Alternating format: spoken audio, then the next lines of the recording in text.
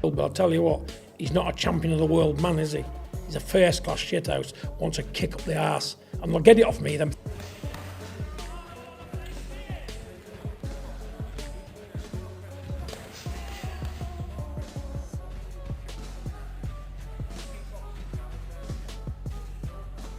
Get to hear me. The minute he gets it within any range, the speed and the power of the Cobra detonating on his chin. Look at that physique. Look at that power. Carl Froch is not just staying in shape. He is building something dangerous. This is why John Fury is panicking and throwing accusations around. When a man looks that good and moves that well, the only explanation jealous people have is cheating. Carl Froch earned every single muscle through blood and sweat. What about the good fights they've been involved in? You know, even him himself, he was involved in good fights. But what they do, they kick the credibility in the nutsack by coming out with all this crap. Dodgy knee and still finishing the sparring session. Still getting his own back. That right there is the mentality of a true champion. Carl Froch does not make excuses. He does not moan. He gets on with it. John Fury could learn a thing or two from that attitude. She's on my knees a bit dodgy, but I carried on the spar, finished the spar, and trust me, I got him back. John Fury threatening to slap a 3-time world champion in a year. Embarrassing does not even begin to cover it. This is a man so rattled by Carl Froch's incredible physique and reputation that he has completely lost the plot. Carl Froch has defeated world champions on the biggest stages in boxing. John Fury is out here threatening people on camera like a man with nothing real to offer. The contrast between these two men could not be more clear. Keep John Fury's name off your pathetic show. You tell everybody, oh, I'm an Hall of Famer. All of what? All of what? You're the Hall of Fame shithouse. That's what you are, Carl Froch. Piss off.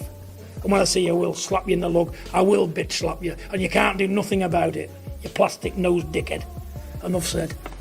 Johnny Nelson, a former world champion himself. And even he was taken aback by the sheer confidence and aggression Carl Froch brought as a young man walking into that gym. This is not someone who has suddenly discovered hard work. Carl Froch has always been built this way. Mentally tough. Physically relentless. John Fury calling him a cheat only exposes how little he understands about what genuine elite dedication actually looks like. That's what probably surprised, well no, probably what surprised me more than anything was the confidence I had. He was getting it with me. You know, I was world champion at that point. And this young man came in and he really just tried to put it. Derek Chisora speaking pure sense right there. Real fighters get tested in the gym every single day. They get knocked down. They get back up. They learn. Carl Froch has been doing exactly that his entire career, and the physique John Fury is so threatened by is the product of years of that exact process.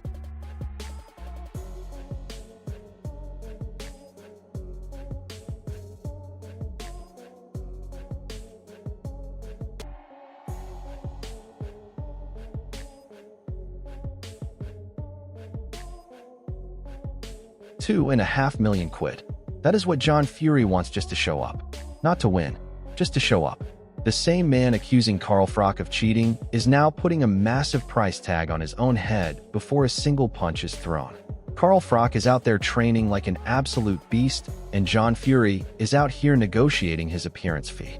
That tells you everything about who actually wants this fight and who is just making noise. He just like, he gets upset and starts getting silly and starts saying, listen, I'll fight you. Starts calling me out. So just so we're clear, I didn't call John Fury out. And I've got no intention of fighting John Fury. But like he said, if it makes business sense, so if something stupid could happen, so for him, he wants to get paid. For me, I'd like to just set the record. This is the beauty of Carl Froch right here. Pure class wrapped in steel. He is not out here screaming threats or waving contracts around. He is sitting down calmly and explaining exactly how he sees John Fury, a nearly 60-year-old man. And Carl Froch is a trained athlete who has never lost his edge. Carl is not looking for the fight. He is simply refusing to be disrespected. When John Fury called him a cheat after seeing that physique, Carl did not panic. He did not lose his head. He let his body do the talking and left the door open for business, if it makes sense. That is the mark of a man who has... Yeah, and everybody knows Froch is a tough guy. And if Froch turns up, even though he's an old man now, he's nearly as old as me. No, he's not. He's quite younger than me, actually, Carl Froch. I'm 63. Anyway, but, you know, listen, even Carl Froch, at the age that he is at would still be enough for John Fury. Now, Tyson Fury is not standing in his father's corner here, and that is a massive statement on its own. When the biggest name in heavyweight boxing publicly refuses to defend his own father and instead calls his behavior a mental health concern, that is not a family disagreement. That is a public verdict. And while all of this family drama plays out in front of cameras, Carl Froch is quietly in a gym, knocking out sparring partners and letting his fists do the talking. Because rather than retaliating and hate on somebody, this man really does have mental health issues, it's evident to see. And rather than just go back and forward with him and yada yada yada, saying he's deluded and all that, I'm just going to pray for him and I'm going to ask God to help him. Johnny Nelson is laying out the financial reality, and it is damning for John Fury's credibility. £2.5 million was reportedly on the table and still no contract signed. Carl Froch told Johnny Nelson directly that John Fury has priced himself out of the fight completely. Every time a real number gets offered, John Fury moves the target higher. 5 million, 10 million, and the goalposts keep shifting. The man who shouts the loudest about wanting to fight is also the same man who has found a reason not to sign every single time. That pattern tells its own story. What you're doing, John talked himself into a situation where what if Calais says, well, I'll give you X, Y, Z to fight Carl Froch. So I gather the last amount was 2.5 million. And I'm thinking, and Carl's like, and the thing is, I spoke to Carl last week at the Ricky thing, and he said, you know what, Johnny? He said, my man's priced himself out of it. You know, if we say, yeah, it'll be all right, give me 5 million. All right, give me 10 million. He's priced himself out of it. I like John. I get John. I like Carl. Carl's my boy. I respect him. It won't happen. It's just, I know it's bad, but it's fun watching these guys wind each other up. Carl Froch has completely run out of patience, and this is the moment the whole story has been building toward. He is not performing for cameras. He is methodically listing every single incident of John Fury's behavior and holding each one up to the light. The headbutt at the press conference, the attacks on Carl Frampton, the threatening behavior towards Steve Bunce. Froch is building a case, not throwing insults. And then he delivers the line that cuts through everything. Sign the contract or shut up. Carl Froch is in the gym. The footage is out. The ultimatum has been issued. And John Fury is running out of excuses. That this fight might actually get made if John doesn't vanish like he did last time. So John, listen up and listen closely, because I want you to get this into your thick fucking skull. This has been going on for too long now. I saw you punching a Perspex picture on the wall the other day. Walls don't hit back. You're a fucking bully. Starting on Carl Frampton, starting on Steve Bunce. You headbutted the smallest man in the room at the Usyk press conference. Listen, I'm ready to fight. You've called it on. I'm answering. I'm ready for you. Sign the fucking contract or shut the fuck up. And here is John Fury's answer to all of it. 20 men could not hold him back. He is ready. He is here. He is not going bad. But look at what John Fury is actually saying and compare it to what Carl Froch just did.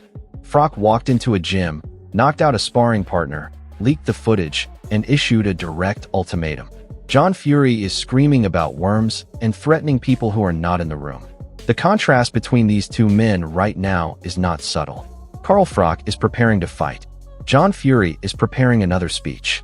Carl Froch, you can see I'm fucking ready to go, mate. It took 20 fucking men to hold me. It took fucking 20 men to hold me back. Where are you fucking worm? I'll push them super like beasts right your fucking ass. Get me fucking paid and I'll be here. Here, look here.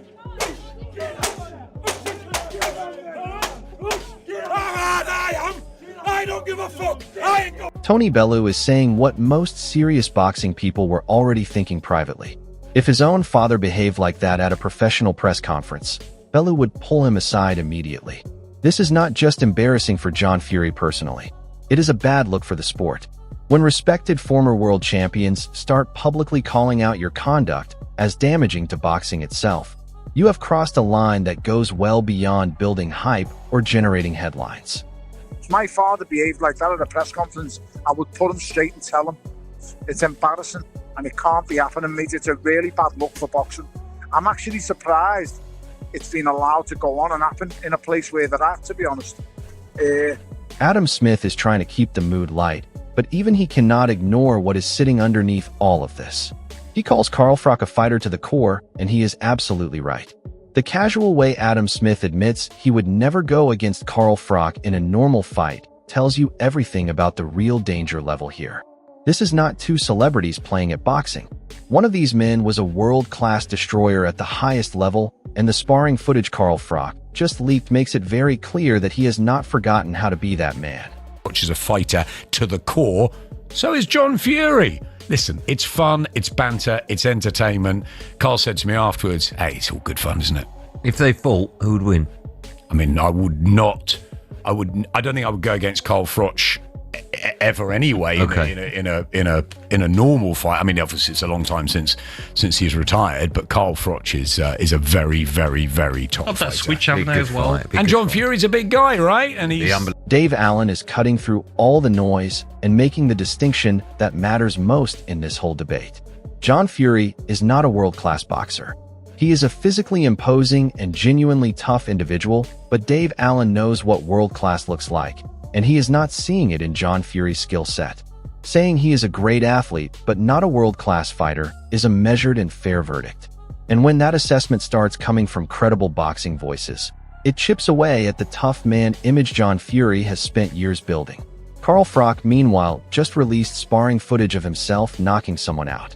The gap between these two men is becoming clearer every single day. His boxing ability, I just don't think he does. I don't think he has the experience. I don't think he's had the time to become that. I think he's a great athlete. I think he's super fit, but he's not a world class fighter in my opinion. Duke McKenzie is putting his finger on exactly what makes John Fury both entertaining and problematic at the same time. He knows how to fill a room with noise, and the public loves it because chaos is compelling. But Duke McKenzie is also quietly pointing out that this is a pattern, not a personality quirk. John Fury creates chaos wherever he goes, and the boxing world keeps handing him the platform to do it. The question nobody is asking loudly enough is whether all this noise is covering up the fact that John Fury still has not signed a single contract despite Carl Froch now being in active training. And he knows how to shout houses down and make threats and swear and all the rest of it because he creates chaos wherever he goes. And for whatever the reason, the public... Eddie Hearn is choosing his words carefully, but the meaning is clear. What happened between John Fury and Carl Froch went too far and blood was involved. But Hearn being Hearn, he also knows that in boxing, controversy sells. He is not celebrating the ugliness, but he is not pretending it hurts the fight either.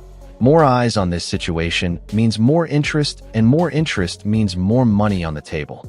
The uncomfortable truth Eddie Hearn is acknowledging is that boxing has always lived in this gray area between spectacle and genuine danger, and right now this whole saga is sitting right in the middle of it.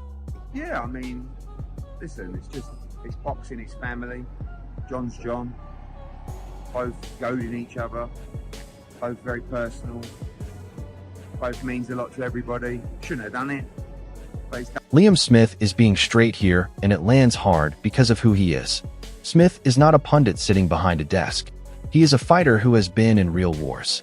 And his read is that Carl Froch got genuinely uncomfortable the moment John Fury started threatening to choke people and jumping around like a lunatic. Smith is essentially saying that the chaos John Fury creates is not intimidating to a real fighter. It is just noise.